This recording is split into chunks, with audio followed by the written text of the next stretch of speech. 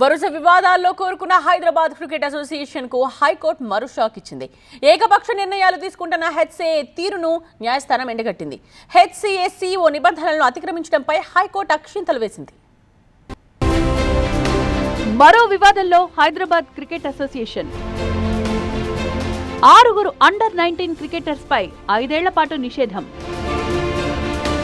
HCA ఆదేశాలను కొట్టిపారేసిన high court ధర్మాసనం. అండర్-19 క్రికెటర్స్ పై హైదరాబాద్ క్రికెట్ అసోసియేషన్ వేటు వేయడంతో కొద్ది నెలల కిందట దుమారం రేగింది. ఈ అంశంలో ఇప్పుడు హైకోర్టు హెచ్సిఏకు చివాట్లు పెట్టింది. హైదరాబాద్ క్రికెట్ అసోసియేషన్ పై తీవ్రమైన ఆరోపణలు చేస్తూ 6 అండర్-19 క్రికెటర్స్ హైకోర్టును ఆశ్రయించారు. శశాంక్ మల్హోత్రా, చిరాగ్ యాదవ్, అనుదీప్ జవాజీ, శ్రీరామకృష్ణ, ఆదిత్య జవాజీ, రిషికేష్ సిసోడియా ఈ 6 5 ఏళ్ల పాటు క్రికెట్ పోటీల్లో పాల్గొనకుండా హెచ్సిఏ, బీసీసీఐ నిషేధం విధించాయి. ఫేక్ బర్త్ సర్టిఫికెట్లు సమర్పించారనేదే ఈ నిషేధానికి కారణం. క్రికెటర్స్ పై చర్యలు తీసుకోవాలంటే ముందుగా వారికి షోకాజ్ నోటీస్ ఇవ్వాలి. వారి నుంచి సరైన వివరణ తీసుకోవాలి. ఈ నిబంధనలేవి అనుసరించకుండా హెచ్సిఏ సీఈఓ సునీల్ కాంటే ఏకంగా హైదరాబాద్ పోలీస్ కమిషనర్కు ఫిర్యాదు చేశారు. వాస్తవానికి ఈ వివాదంలో దర్యాప్తు చేసే అధికార పరిధి అపెక్స్ కౌన్సిల్ కు తప్ప వేరెవరికీ లేదు. అపెక్స్ కౌన్సిల్లో అసలు సభ్యుడే కాని హెచ్సిఏ సీఈఓ ఈ నిబంధనలను అతిక్రమించారు. నియమావళి అనుసరించలేదు.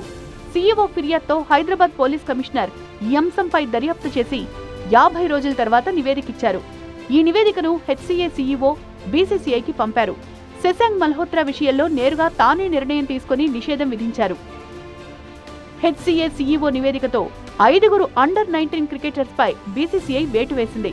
తప్పుడు నివేదికనివ్వడం ద్వారా బీసీసీఐని కూడా హెచ్సిఏ సీఈఓ తప్పుదోవ పట్టించారని ఈ కేసులో బాధితుల ఆరోపణ.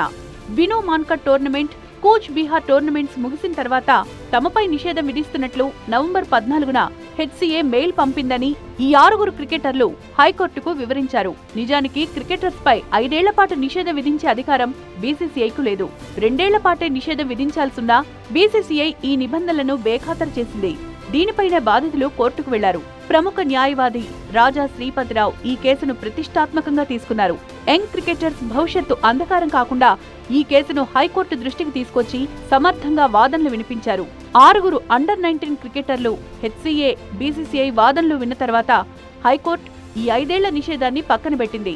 అంతేకాకుండా హెచ్సిఏ, బీసీసీఐ నిర్వహించే టోర్నమెంట్లో వీరికి చోటు కల్పించాలని హైకోర్టు తన తీర్పులో ఆదేశించింది.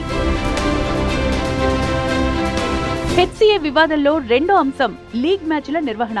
ఈ అంశాన్ని కూడా పిటిషనర్స్ హైకోర్టు దృష్టికి తెచ్చారు. 2023లో హెచ్సిఏ ఎన్నికలు జరిగి కొత్త కార్యవర్గం ఏర్పడింది. కానీ 2024-25కు సంబంధించిన లీగ్ మ్యాచ్ల షెడ్యూల్ను హెచ్సిఏ విడుదల చేయలేదు.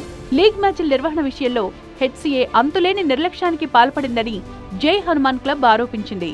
దీంతో హైకోర్టు గతంలో రంగంలో దిగింది.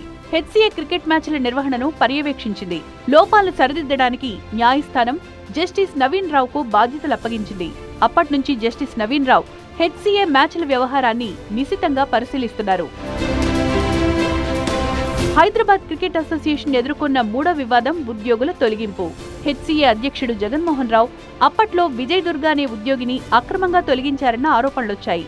వాస్తవానికి ఉద్యోగులను ఏకపక్షంగా తొలగించే అధికారం హెచ్సిఏ అధ్యక్షుడికి లేదు. అపెక్స్ కౌన్సిల్లో చర్చించిన తర్వాతే ఇలాంటి నిర్ణయం తీసుకోవాలి. ఈ అంశం కూడా న్యాయస్థానం దృష్టికి వెళ్లింది. ఇలా పలు అంశాల్లో హెచ్సిఏ తీరు విమర్శల పాలైంది. మొత్తం మీద హైదరాబాద్ క్రికెట్ అసోసియేషన్ వివాదాల సుడిగుండంలో ఇరుక్కుంది. హెచ్సిఏ తీరుపై దుమారం రేగుతోంది. ఇప్పుడేకంగా హైకోర్టే హెచ్సిఏ తీరును తీవ్రంగా ఎండగట్టింది. ఈ నేపథ్యంలో హైదరాబాద్ క్రికెట్ అసోసియేషన్ విషయంలో ఏం జరుగుతుందన్నదే అసలు పాయింట్.